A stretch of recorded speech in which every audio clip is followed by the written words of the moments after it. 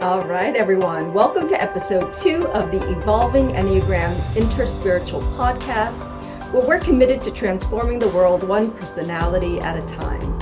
I'm your host, Rev Nhien, founder of Evolving Enneagram, and this is the final of 3 episodes in our mini-series on attachment types 3, 6, and 9. Also known as a mini-series on summer lovin'. So I'm grateful to be back here with Enneagram sex and relationship therapist, Lyndsey Fraser and Valerie Wanaker. I lead with type 3, Valerie with 6, and Lyndsey with 9. So if you're new to this podcast, a very special welcome to you. Definitely check out episodes 20 and 21 for some background info on this series, specifically on attachment types, again, 3, 6, and 9. So far, we've touched on object relations. We've talked about moving beyond seeing ourselves and others as objects. And today we'll share both like personal and professional reflections about sex and how we see our subtype specifically playing out in that realm. But before we launch into our more personal sharing, I'd like to invite Valerie to discuss why talk about sex or sexuality. Valerie. Yeah. Well, so I know that when we ended last episode, we did just like a little bit kind of talking about the ways that our type definitely shows up in sexuality. And I think that when we talk about why talk about sex and sexuality as related to the Enneagram, I I also like to start with like what happens when we don't, or the reasons why we don't often is like, there's a lot of shame around sex, right? It's super taboo in our society.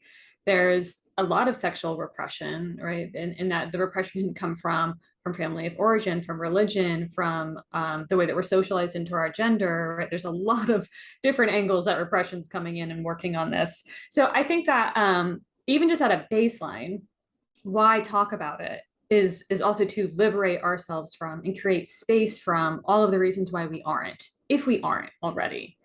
And I think that when we bring it into the Enneagram plane, right, the Enneagram helps.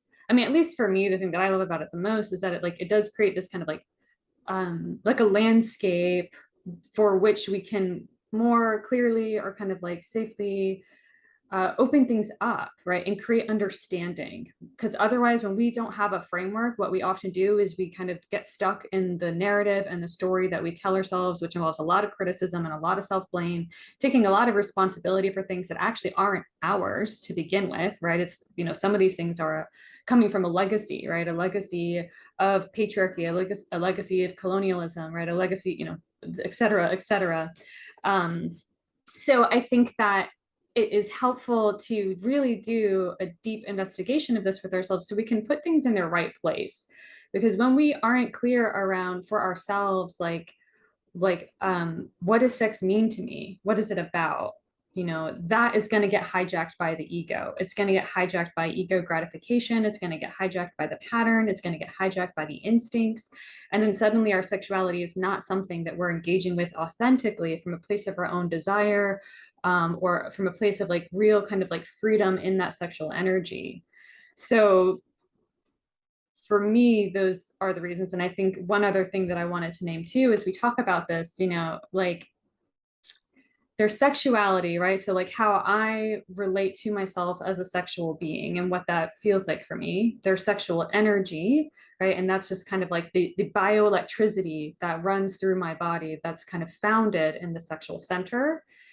And then there's having sex. And those are separate things and we can relate to them differently. And ideally, what we're trying to do is get all of those kind of to collaborate. When we can only really do that if we have an understanding of what is running that or what is inhibiting any of those systems too. So that's my soapbox. Beautiful, beautiful. Thank you so much. Yeah. Lyndsey, I'm just curious if I know you agree with much of what Valerie said, if not all of it. And I'm curious if you have anything you'd like to add. Yeah, I completely agree with everything that Valerie said. And like from a clinical perspective as a sex therapist, one of the things I often tell my clients, if you can't talk about sex, you probably shouldn't be doing it. And just the understanding of bringing in fully who we are around all of that as well. And I think that what I love about the Enneagram and why it's been such a helpful tool sort of in my practice is it really helps clients hone in on sort of how the fixated parts of ourselves sort of play out in sex, the meaning we create because of our type. And to me, it's just an essential tool. I have said in other podcasts, but not say this one, work gets done so much more quickly in my practice now that I have the tool of the Enneagram in such a different way around sexuality that never happened before. Because I came from a place where I was a certified sex therapist and therapist first before I started using the Enneagram. And my work happens so much more quickly now because of this tool. And I think it creates better understanding and creates better growth of sort of who we are and what we are. And sex is not just about sex. I mean, very much to what Valerie was saying, it is about all the things that we create around it, right? And understanding the complexities of like the actual act of sex is not complicated. It's all the meaning making that we make around it. And if we don't understand the meaning making we make around it, it's hard for us also to have the sexual lives or just lives in general that we want to have. So I agree with everything Valerie said, and those would be the pieces I'd add.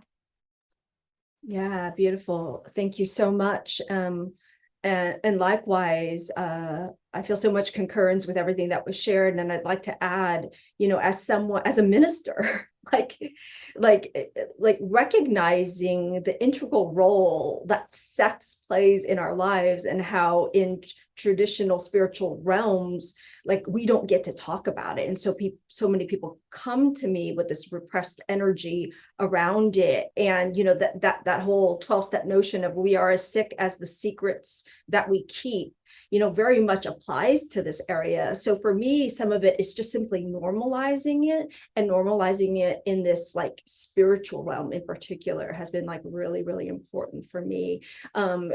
Again, not to impose a certain like liberal sexual standard on everyone, but more of like to be able to bring it to light so that whatever shadows exist or wounds exist within this realm for us like can be healed. And of course there's an intertwining of the energy for me around sexuality, and as Valerie, you talked about like this energy, our life force, and the vibrancy of our life force, that to me is very much also related to like our highest expression, or like our divine potential, and so therefore related to our spirituality as well. And so for me, it's so important to make a space to talk about it. And I know in particular as a minister, because I've been open in talking about it, I know that like I've had people come to me in particular because of that, right? To know that like there's a safe space here where people can grapple with their issues around this topic. Yeah, so thank you. So with that, I'd love to invite, let's go 963 maybe, and let's start at the beginning, courtship. So I'll invite each of you to share about like sort of flirting and how you see your subtype playing out in that piece of the sexual journey, if you will. So Lyndsey. Making the 9 go first again, are we? I think it's interesting because when we talking about flirting and just sort of how I've shown up in my life. So just to kind of give the listeners some understanding sort of so I'm a 9 wing 1 my stacking is social, self-preservation, and sexual instinct last. And the reason I want to say that too is because I think a lot of what I'm going to describe here has to do with being a 9, having social dominance, and also having that sexual instinct to last. And so knowing that not every single 9 is going to relate to sort of what I'm saying here. But I know right before we got on, we were chatting a little bit. And one of the things that came to mind to me is some of the experiences that I had in college. So when I was in college, I had a group of friends. We go out to the bars or parties. And my friends would always say to me, "You're such a boy magnet." And I'd be like, what are they talking about, right? Like, I don't understand what they're talking about. And then they would joke and be like, "Oh, look, there's other boy paying attention to Lyndsey." And the interesting thing about this is like, I was so oblivious to the fact that people were actually flirting with me.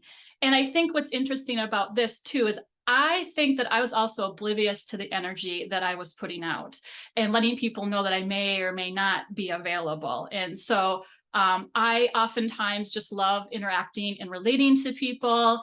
If somebody came up to me, I would think, hey, this is a cool person. I want to know more about them. They seem really interesting, sort of wanting to know more about who they are as a person, but not necessarily being sexually interested. And I think that often got misinterpreted by other people because I'm giving them this like one-on-one attention, right? And I'm asking them these questions about themselves. I'm like, I'm just interested in you as a person. I'm not even sure if I'm sexually interested in you or not yet. And I think some of that comes from sexual instinct being last, in the sense that I am very slow to sort of get to know people. So like when I'm building relationship, it's like, I watch you, I want to interact with you. Attraction might not be there right away until I've sort of gotten to know who you are. I might think you're cute. Like I'll see you from across the room. I'll be observing you, but I don't know if I'm attracted to you yet until I've actually had some interaction with you. And I think that that's how I build, but a lot of people don't build relationships that way. And so they probably thought Lyndsey's interested. And I'm like, what? I'm just getting to know you. I don't know if I'm interested or not yet. I got to know if I'm interested. And so that's been really interesting to me, sort of that dynamic that has happened around that. Like, I'm sort of oblivious with when I'm flirting or how to flirt. And then when other people, what I'm giving out or what they're giving to me too. So I think that that's been really interesting, sort of my experience with that particular thing. Okay, I have to jump in here. Like, a part of me is like, I cannot believe I'm sharing this, much less on my own podcast. But like, because it's really sad if I look back in my life at how not interested, genuinely interested I was in humans. I mean, when you talk about like, I was interested in getting to know you, like the contrast for me, and I identify as a sexual 3 or transmitting 3, which, depending on which system you use, and recognizing that like I was completely opposite in that. It's sort of like, if there isn't like this chemistry thing in the beginning, like I'm not even interested in knowing you, and then I'm barely interested in knowing you for that, and usually it was the opposite. It wasn't like sexual chemistry like would grow after getting to know someone. It usually leave, in fact, and I realized that it was like, oh, it was all about like this, like almost like chemistry, this hit, this juiciness.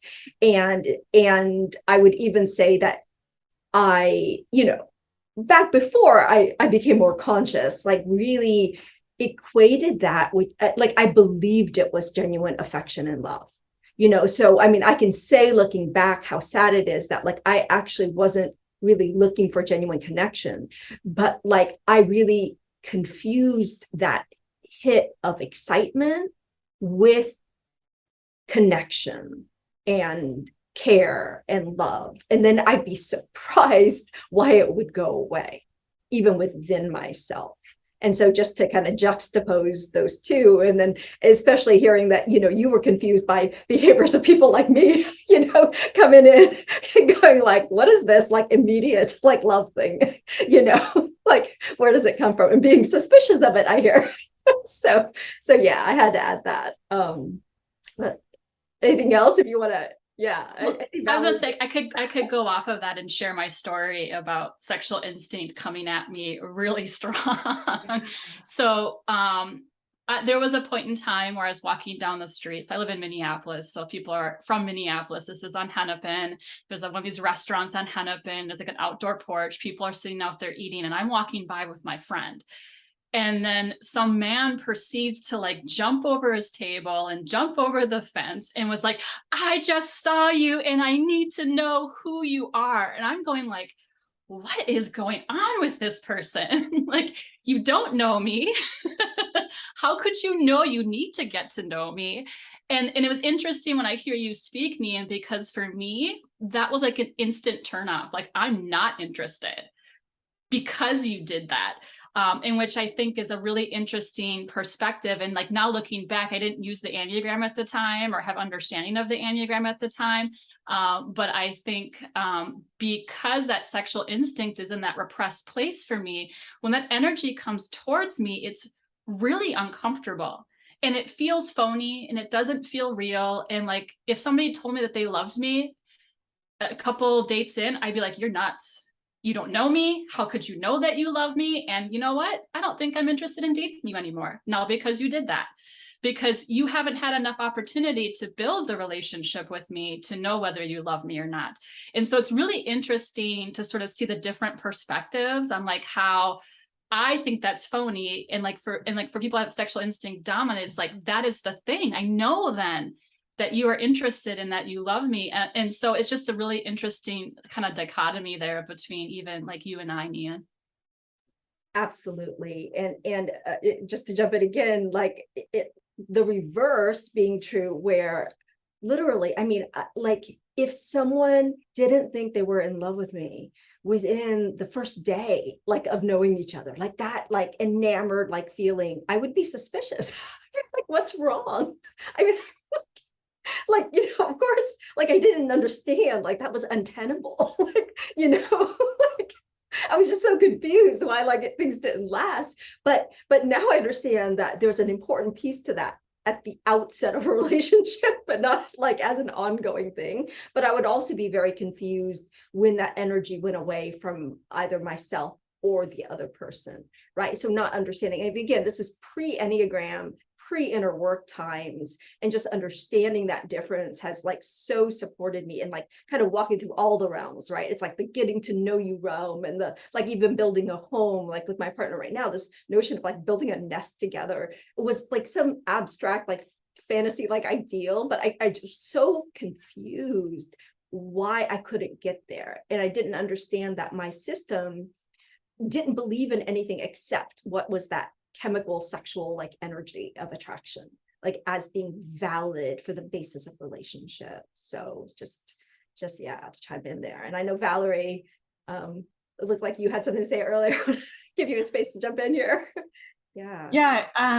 Well, I guess I also wanted to add that like it's just so interesting how, like everything else within, recognizing our type and our dominant instincts, right? That it's like we can make that assumption that like this is how everyone operates, right? And like the way that I see things or that I experience things, like this is the thing, and I think that like as a couples therapist and working with couples and also with individuals, like that is a spot that I can find where folks can get kind of stuck, right? When it's like there was all this attraction and this intensity and it felt like love, right? And you can kind of like hear the person like working, especially if they have the sexual dominant that's instinct, right? When that's really strong and they suddenly find comfort and security in the relationship, or a sense of stability, and then the honeymoon phase, or the the limerence phase as we call it, kind of cools down, because that level of excitation is only sustainable for so long. It can feel like, oh, like I'm not interested in this person anymore, or like that's what love is, and now the love went away.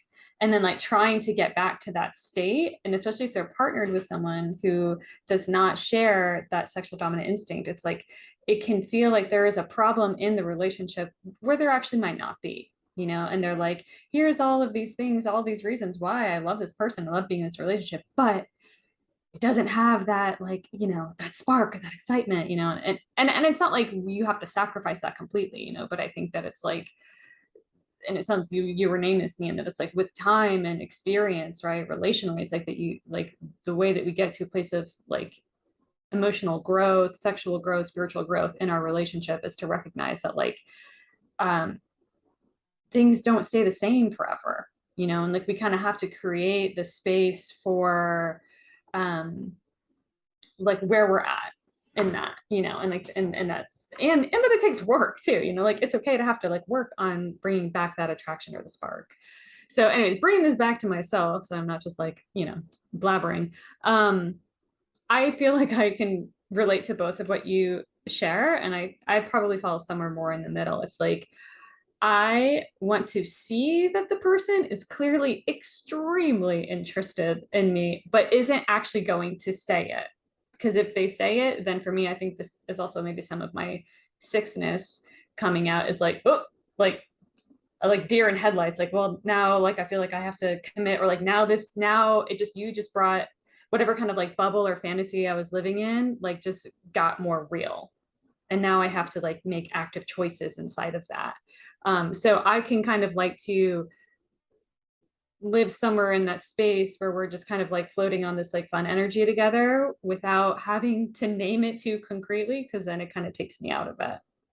And that would have been probably, you know, the stance that I had a lot earlier in my life. I mean, and honestly though, like even in my relationship with my now husband, like when we first started dating, like I was trying to stay there, you know, and they're like, let's not put a label on it. And to the point where like at one point he was like, well, like, you know, like, do you want to be my girlfriend? I don't know. He's something like that. And I was like, I don't have a problem with that. Like, that was my answer, you know? And I think like, speaking of like flirtation style, I feel like sixes are like, we are the reason why people say that like, oh, if someone's being mean to you in the playground or like making fun of you, it's probably because they like you. Like, I do think that that is very like a sixes way of flirting. Like if I'm like, can poke at you and like tease you a little bit and make fun of you and we can have a banter, like that's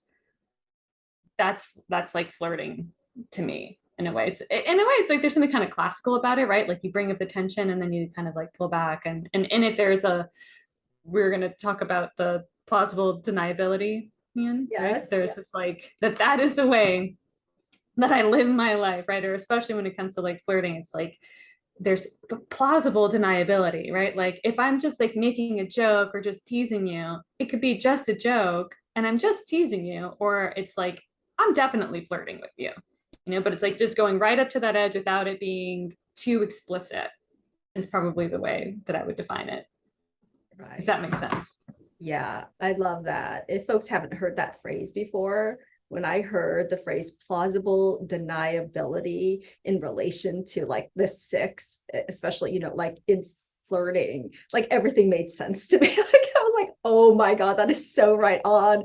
And how dare you? You're so sneaky. You know, like part of me is like, that's so sneaky.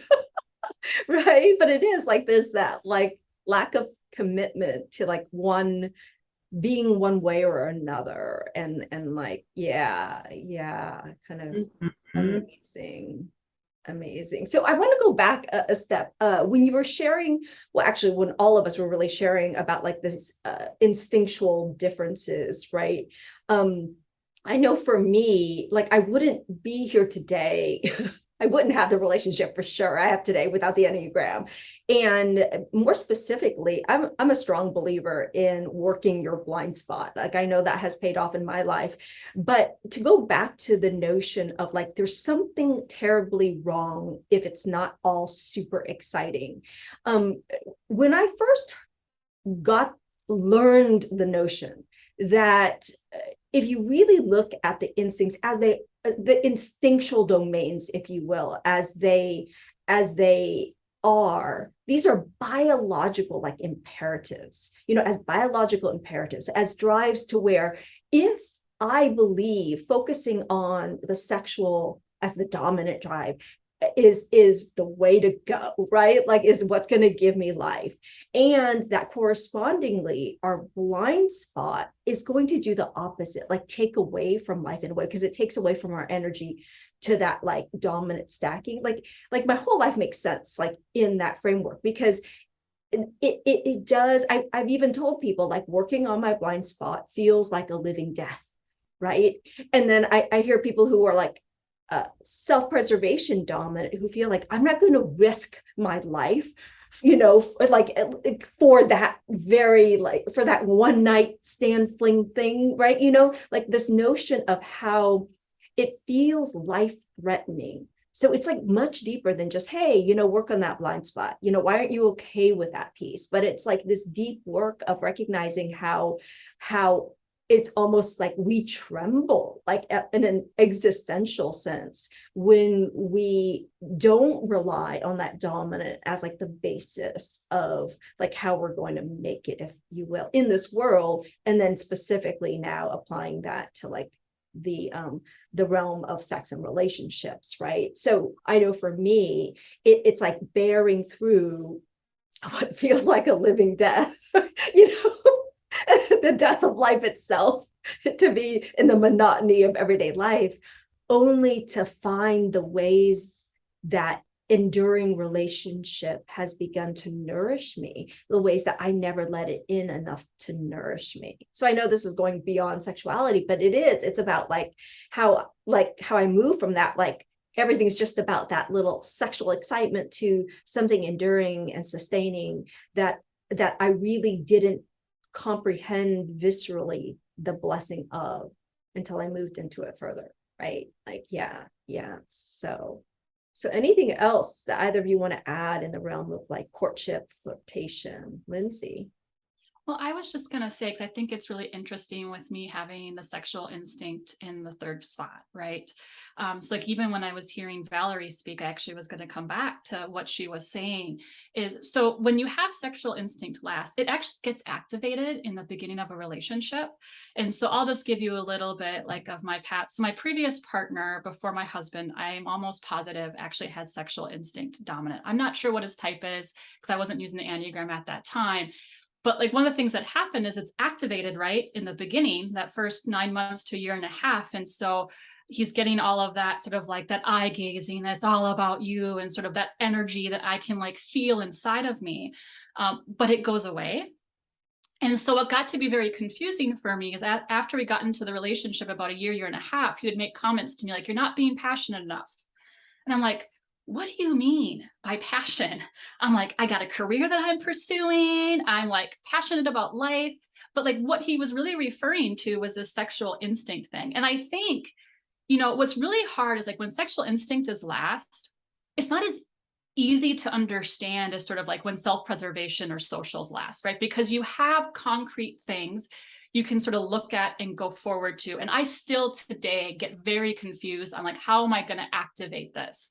One of the things that I have tried to do for myself is like I found through dance, there is a capacity for me to be able to do that, and sort of that capacity of like, okay, just like let go, listen to the music, feel the music. How does it feel in your body? What is the experience of that thing happening as being a way to activate that for myself? But I think and even with my clients, like it's a more difficult one to sort of tell people how to tap into. And maybe also because I'm sexual blind, I'm like, I have no clue.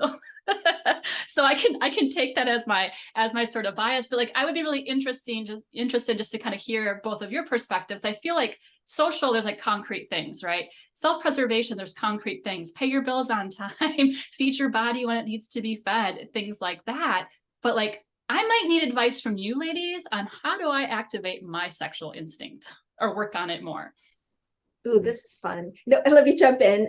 I have to say, I know Valerie mentioned John Lukovich's work, like at the very first of our series here. And I don't think it would be fair to address this without mentioning there's a book on the instincts called, is it Instinctual Drives in the Enneagram? Something like that by John Lukovich, that isn't like as well known, but like this exercise, Lyndsey, is exactly like in it, right? Like it comes from this like working your sexual blind spot energetically and being with it like energetically. And I think there's something about, I think you're right on to say that the self-preservation blind spot has very tangible, concrete things to do, right? Like that are very clear around, okay, I will look at my bills and, like I will do the chores around the house. But I think the added piece in this book really speaks to that is being with energetically how you feel when you do it. And it is that like for me, my understanding of cultivating that sexual blind spot is about, okay, spontaneous dance, like on your own, like brings forth, it's almost like it's out of the box, right? It's risky feeling behavior. It's uncontrolled. That's why, you can't like delineate it. But here's the list of it, right? Like, but there's something about those spaces where when we engage in it, can I check in with my energetic and emotional state around it? And if I can tap into that, then I start to feel what that energy is like, right? Also, Valerie and I co-led a class on sex, soul, and the Enneagram last year. And Valerie led some of these exercises, right? Also around like feeling into your energetic body when you're engaged in these things. So it's almost like recognizing that you probably already do things that are like out of the box, risky, a little on the edge. But if you're more consciously tapped into those spaces, when you're doing it, it's sort of like, oh, that's what that feels like. And for me, the reverse of going into the self-preservation domain, which is my blind spot, feels slow. Oh, that's what steadiness feels like. Okay, it feels like death, but like, let's stay with it. like really. And then somehow leaning into that, eventually it becomes more almost like a part of my daily repertoire, if you will. Like I have access to that energy being more familiar within my being, and that's even desirable. So that's what I would say around that. Yeah. And I was just going to add, I think another point that he really like illuminates in that book is, which was super helpful for me to learn how to reorient to even working on my self-preservation blind spot, is that it's like really being able to take the time to look at and consider the consequences that are happening in your life because this instinct is being repressed, right? And like it's being repressed because to pay attention there would threaten the dominant instinct, right? So for me, as a social sexual, like I really could feel like you were describing, right, Nhien, that like that death, right? That like for me to spend time, energy, and attention on the self-preservation would somehow threaten my social connections, like who I am in the world, that I would be too stable and reliable and I would no longer be interesting. So it's like, so why would I do that, right? And so even if I know what tasks I could do, if I still don't value them or care about them because I feel like it's going to get in the way or threaten this kind of identity piece that the instincts have suddenly hijacked, I can't really integrate that. And I guess if we were to try to like tie this back into the conversation on sexuality, is like obviously because if the instincts are in some way running the motor for us, right? And they do like what Frederick and I, so Dr. Frederick Kuna and I have been doing this research, and maybe we can mention it again at the end. But this was one of the things that stood out to us first, was that like the instincts themselves are kind of making their own meaning around what sex is about, right? Or why we are driven to even be motivated to have sex. And that was loud and clear across type, right? So like people who have self-preservation dominant instinct in general kind of relate to the same thing, versus where social can relate to the same thing. And so if we can kind of see that in ourselves and then either create space to allow those other instincts to be online when we're trying to orient to a sexual experience or free up some sexual energy in ourselves, that's really the way to do it. Because otherwise we're still going to try to do sex through the dominant instinct. It's so interesting to hear you speak, Valerie, because I feel the opposite. I don't want the unpredictable to affect my social relationships and stability. And so it's just really, it was really, I think, for me, just to hear that difference, like, I don't want, and I think part of that too is like, I want calmness and stability and serenity sort of being a 9, but it is this, like, I'm like, I don't want that unpredictability to mess up my social relationships and stability. And just to hear the difference between the two of us, I thought was really fascinating. Yeah. Wow. Yeah. Thank you. And I realized that, so we all have an earlier hard stop than usual. So I want to make sure that folks know where they can find more information. Like before, I want to share a few more things that I realized, like I didn't even speak about my flirtation like specifically, but I want to make sure before we close that we know. I'm going to put in the show links a link to Frederick and Valerie's research, which is being shared through a class, an online class that Frederick has. So I'll share the link to that. Lyndsey and Valerie, I'm so excited that the two of you will be teaching a class for Evolving Enneagram in December. So stay tuned. You can just follow me at evolvingenneagram.com, sign up for the newsletters, and through that, you'll hear about when registration opens for that class. If you'd like to just chime in really briefly about like the content of the class that you're planning for us, it's a half-day course, is my understanding. Yeah. Yeah, so essentially, I mean, we'll cover a lot of the topics that we have been kind of exploring through this podcast, really with an emphasis on intimacy. So both the emotional intimacy and physical sexual intimacy through the lens of like using the instincts, right? And looking at if they're where the instincts role in intimacy, where it's intervening.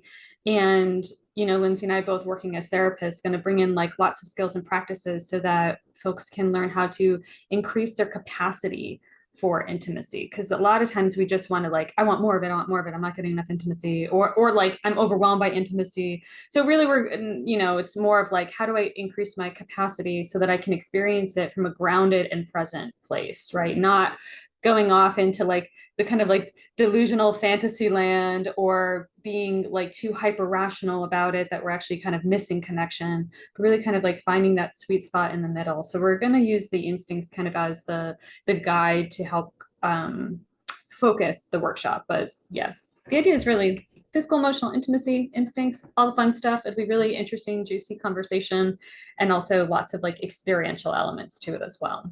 Right. And this will be a Saturday in December. So we have time. I'll be posting about it more specifically soon. I think in closing our time together, I think I'll just invite each person to share one tidbit about your own growth or learning about sexuality in relation to your type. And I'll just use this as an example that, like, for me, especially in owning identity as a sexual 3, recognizing how much of my life relationships didn't work because I wasn't picking people based on what I wanted. I was picking people based on how much they wanted me. Like not consciously realizing the way I was doing that. Like if they desired me, that would like be so scintillating, if you will. Like that I would get confused. I would actually believe that I was interested in them. Like it would be convoluted. And then it's only after time that's not sustainable, right? And so over time, I realized, oh, this is not what I want. And so the relationship would end. Like I would end it. And I would always be the person ending it because it was like I wasn't the person who chose it, is what it felt like in the first place. And so like there's something about not owning that what I want is important or valuable, like to be put into the equation, but maybe also that piece of like not risking like quote failure in a way, that not risking that rejection of someone, right? Because I was guaranteed, like I know they desire me, right? And so like to seek being desired more than to see myself as a subject, right? Where I get to have choice in the world, where my wants are valid, even in terms of sex itself, recognizing how much like desire and everything would be related around experiencing someone else's desire for me, and now coming into my own power and agency around that. That's been a big healing for me in understanding my type in relation to sex. So either of you want to jump in as we close? I can go. What I would say is like 2 things for me that have been lessons I've learned. One is understanding sort of boundaries and being better at asserting what you need and want and desire versus merging or trying to please the other people sort of around you. Because like even when I was talking about the flirting, I think unintentionally I've given people signals that I'm interested. And I'm not actually interested. And that's not fair to them. And it's not really fair to me, right? Because I don't necessarily want that energy coming towards me but I had murky boundaries. I was very like, kind of go with the flow to the point that it probably made people feel bad. I didn't even know that I was doing that because I was just interested in you as a person and wanted to get to know you. But in that process, I was giving you signals that I was probably sexually interested in you when I wasn't. And I think as far as I was also saying, like being assertive is really important. My marriage, I was extremely assertive and owned who I was and was genuine to myself instead of trying to be what I thought other people wanted me to be. And it actually ended up in a relationship that's the best relationship I've ever been in my life, because I never had to accommodate myself to him. I was making my boundaries clear as what I needed and wanted in the relationship and in the marriage, where I feel like before I never knew what I wanted, what I needed. I'm just looking at, like, if I say this, I might feel a ping of resentment or frustration, but I wouldn't speak up because I was afraid of what that would mean if I did so. And I lived in a lot of my previous relationships, besides my marriage, in high anxiety all the time, though you would never have known that I was in high anxiety, because we as nines, I feel like we kind of hide this, but like when we're not being assertive and we're not asking for what we want or need, we're actually really anxious, but we act as if we're not. And I think it's interesting because people don't think of nines as being anxious, but we are quite anxious as well as quite angry. It is definitely both, but I'm only anxious when I'm not asserting. So that's what I would share for the nine. Thank you so much, Lyndsey. Wonderful. Yeah. And I would say for me, I think that, and I have the sense that I had kind of more of like a counterphobic reaction to sexuality and the stance that I took. So I think that one of the, and in some ways I might even still be on this path, right? That it's like the greatest growth that I've done is to kind of like reevaluate the messages that I received when I was young and recognize that I adopted like an identity and a stance based on that at a really young age, and thought that I had a mature relationship with sexuality, but was actually just one that was based in fear, right? Because I think the message that I received when I was young, I mean, undoubtedly received, was that like, you are prey to predators. Like that's the story, right? So you have to protect yourself. And unconsciously, the way that I, try to resolve that was just like, no, I'm not. Like I'll be the sexually empowered person, like I'll be the pursuer. So it was a way I was like trying to get ahead of it, right? And in control of it.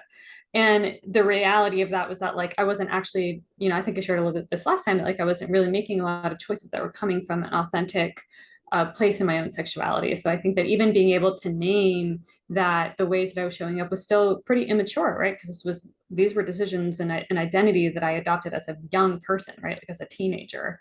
And allowing myself to just own the fear, own the immature stance, so that I can actually like grow up inside of the relationship that I have now and inside the sexuality that I have now, is probably the biggest part for me. Wow, so insightful. Thank you to the both of you for today, but for being here in general. I know it's hard to get 3 people's schedules like to mesh. And so I'm just super grateful for your participation in this mini series. And who knows, we might get together again before December, because that's a long ways off. But for those who just can't wait, just stay abreast of evolvingenneagram.com and you'll hear about when our next classes, etc., will be coming out. In the meanwhile, you can engage in this global conversation we're having in the Enneagram community about sex and the Enneagram by participating in Frederick and Valerie's study. Could you just speak a little bit into that right now, Valerie, to share? Yeah, this is like a long-term project that's been happening between us and actually some other people now collaborating with.